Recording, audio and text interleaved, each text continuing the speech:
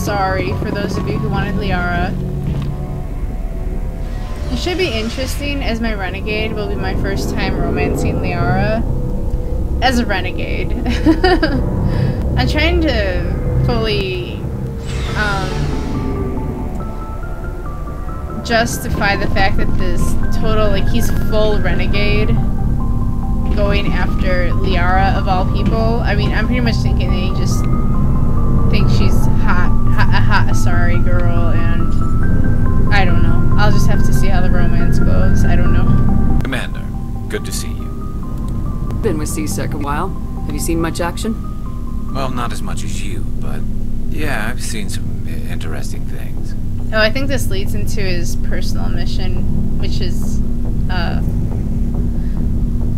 quite interesting. You'll see in a moment. I bet you have. Anything in particular that stands out? I remember this Saleon geneticist I was sent to investigate. That case was a bit disturbing. Yeah, this is the disturbing one. What happened? Why were you investigating him? I was tasked with tracking black market trade on the Citadel. Most of it harmless, nothing I needed to pursue. But during the course of my investigation, I noticed an increase in the trade of body parts, organs mostly. We usually get a few of those, but not the numbers I was seeing. We weren't sure if there was a new black market lab or if some freak was harvesting organs from citizens. Ew. You've seen this before on the Citadel? Every so often, some lab sells unwanted parts through the black market, but they're not as bad as the psychos. I remember this one L-Corps diplomat we caught in my first year on the job. He was hacking people up and selling their organs. Had the station in a bit of a panic.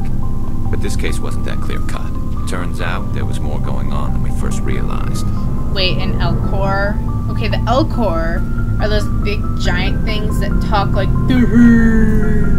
and they have to like express express their emotions beforehand so that, you know, you can tell how they're speaking.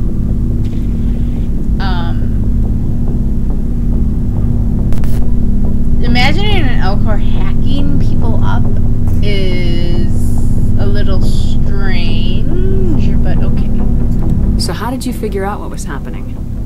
First, we got a hold of a sample and ran DNA tests. The weird thing was, the match led us to a Turian who was still alive and was very convinced he'd never lost his liver.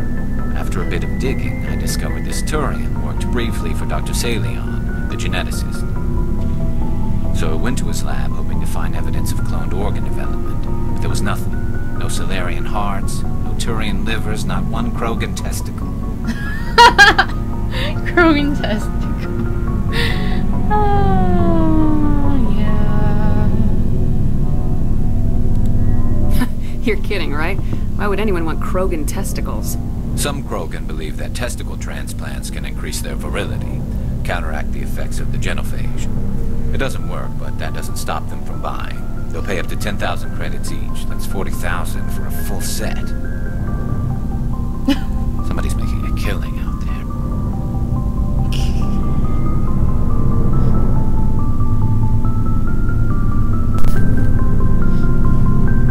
What'd you do about the geneticist?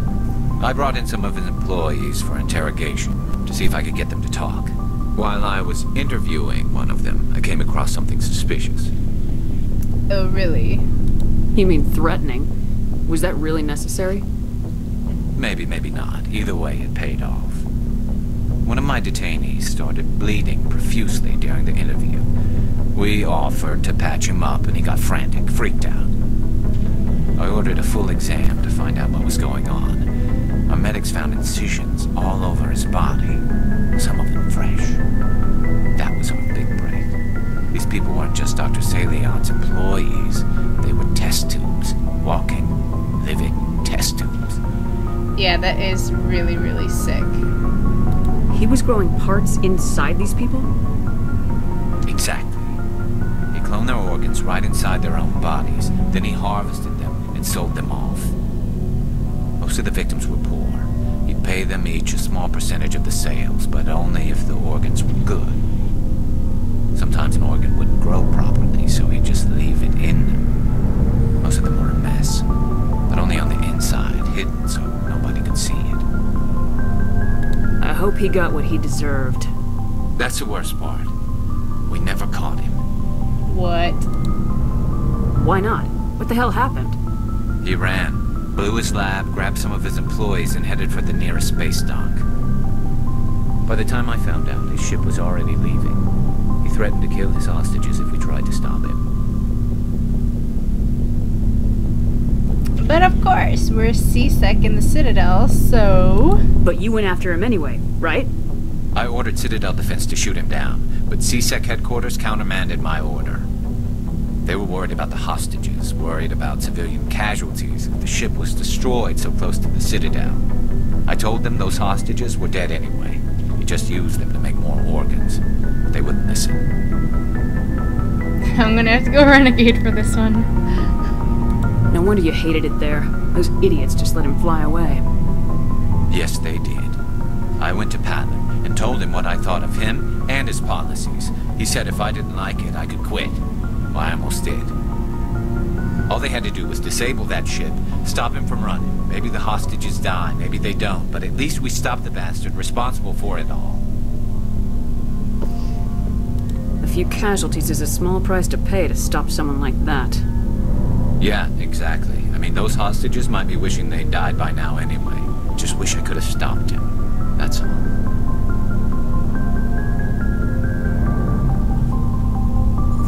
Do you have any idea what happened to Dr. Saleon? I sent out feelers from time to time, hoping to find something. I thought I'd found him a while back. He changed ships and changed his name to Dr. Hart, his idea of a joke, I guess. I told the military, but they weren't convinced it was him. I got the transponder frequency for his new ship, but I just can't get anyone to check it out. I'll check out the coordinates when I get a chance. I was hoping you'd say that. But Commander, take me with you when you go. If it's Saleon, I want to be there when you find him. Of course, Garrus. You can count on me. Hello, bitch. Commander? Suppose I have to talk to you. What's your opinion of the last mission? You mean the Rachni, right? They were dangerous, Commander. They proved that 2,000 years ago. I think it was a mistake to let them go. But that wasn't my call to make. It was yours. If you haven't talked to Dr. Tassoni, you probably should. She just lost her mom. That has to hurt. Just saying, Commander. Just saying. You have a few minutes to talk, one-on-one? Sure. I was just watching some mail from home. Oh, before I go, we saw Caden in a news vid about the Normandy. He's cute. Later, sis. Let's pretend this never happened. Bitch, he's mine. Are you interested in the Lieutenant, Chief? No, ma'am. And anyway, Scuttlebutt says he's already sweet on someone. What's up? You didn't come by to eavesdrop on family mail. Your family seems to be important to you. Yeah, we've always been close. Me and my sisters especially. With Dad on duty so much, I had to help Mom raise them. Did your father serve with the fleet? Yeah, took any crap posting he could get that offered space time. You know what? He worked his ass off trying to get recognized, but he never made it above serviceman 3rd class. He was real proud when I met Chief. First thing he did was salute. What about your mother? You haven't mentioned her. You must know what military wives are like. Strong because they have to be, able to raise kids while Dad's away on a 6-month cruise. She has a degree in planetary geology. She and Dad both wanted to see new worlds. She gave up her career to raise us, though. You have more than one sister? Sounds like a big family. Yeah, I'm the oldest, then Abby, then Lynn. Sarah's the youngest. She's still in high school. With 4 girls, Dad used to say he felt more outnumbered at home than on maneuvers. Where did you grow up? All over. Same as you, I expect. We transferred a half a dozen times before I finished grade school. You go where personnel command sends you, right? I guess that's why I'm so tight with my sisters. We'd have to leave all our friends every 2 or 3 years. I was an only child, but I get the idea. At least one of my parents was always on duty. Yeah, military families, eh? With schedules like that, it's a wonder we ever have kids anymore. Things were tense between Sarah and me for a while. Then we bonded. I don't really care, but okay. Sounds like a story. Feel like sharing? Sarah got herself a boyfriend who wanted to go faster than she did, Mike. I didn't think he was a bad kid, just pushy. Lynn would send me these worried vid mails, and I'd tell her to relax. Where were you when this was going on? I was on active duty. Sarah's graduating high school this year. This was only a couple of years back. They were on Amaterasu. At the time, I was assigned to Chernobog. Same cluster, but a dozen Hellwire away. Close enough to talk regularly, too far to make it back in an emergency. I couldn't afford a fast packet flight. If he really liked her, he wouldn't be pushy. Yeah, of course. If he didn't ask at all, I'd wonder if he thought Sarah was ugly.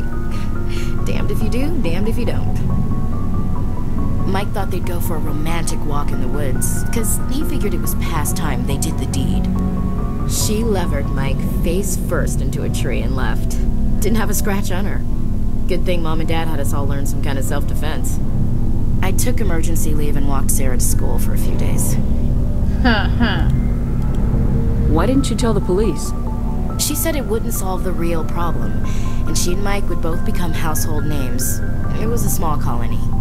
I said it was her call to make, that we should let her do it her way. Mom was pretty pissed about that. You said all of your sisters learned self-defense? Lynn did pistol practice, but didn't like it. She's kind of nervous. Sarah took Aikido.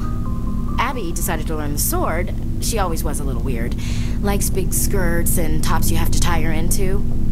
They do great things to her figure, though. So that's weird, huh?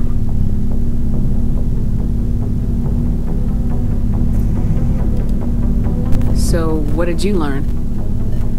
One of Dad's friends taught me Marine hand to hand. You traveled all the way home to walk your sister to school. It was only a dozen light years, like a day's cruise. It's not like I was going to Earth or something. My last day out, Mike was waiting for us. Sarah had told her friends, so everyone at school knew what he did. He wasn't happy. I wanted to snap him in half, but Sarah gave me this look, this let me handle it, I need to do this alone look. She kept her cool, God bless her, as he screamed in her face. She just let him vent. Then he tried to punch her. I swear, she just flowed around him. Next thing I knew, he's face down on the sidewalk, and there's blood everywhere. That's unbelievable. Sarah must be as good as you. Better. I'm more or less a straight-up puncher. When he swung, she wasn't there anymore, and he fell. She helped him stop the bleeding and had me call an ambulance. She told the paramedics he fell. Before they took him to the hospital, Mike touched Sarah's arm. I thought he was going to end up on the ground again. But he hung his head, whispered, "I'm sorry," and started crying. And she hugged him. The Williams women are a decisive bunch, Commander. We do things when we're ready. Not before, not after. Right. Your sister's something else. But you didn't mention your father at all. Was he on deployment?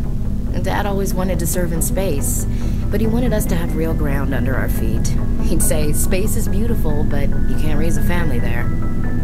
I cannot rest from travel. I will drink life to the lees. All times I've enjoyed greatly, have suffered greatly, both with those that loved me and alone. For always roaming with a hungry heart, much have I seen and known, cities of men and manners, climates, councils, governments. I never thought I'd hear you reciting poetry. Just because I can drill you between the eyes at 100 meters doesn't mean I can't like sensitive stuff. Just don't spread it around. Ulysses was my dad's favorite poem. Every time he shipped out, he recorded me reading it. He had a dozen versions when he retired. Wow. Does he still like it? I sure hope so. I read it to his grave every time I go home. Dad passed on a few years back. He's probably still watching, though. You mean from wherever we go after death? Dead on, Skipper. He's with God now. That's not a problem with you, is it? That I believe in God? Did she have to say that? Like, can't she just say he's with God now and leave it at that? Why does it matter if it's a problem with me that she believes in God? I have no idea. But I always went, yeah, that's a problem, because she asked if it was a problem.